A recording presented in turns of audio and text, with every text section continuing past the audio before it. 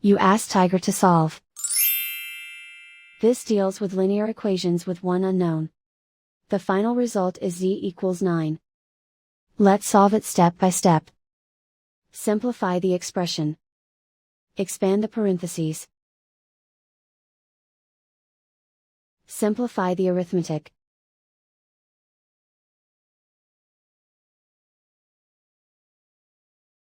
Group all constants on the right side of the equation. Add 19 to both sides. Simplify the arithmetic.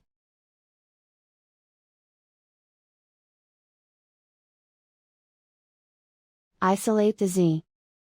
Divide both sides by 3. Simplify the fraction.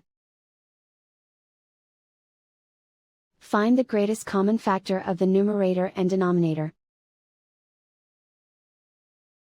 Factor out and cancel the greatest common factor.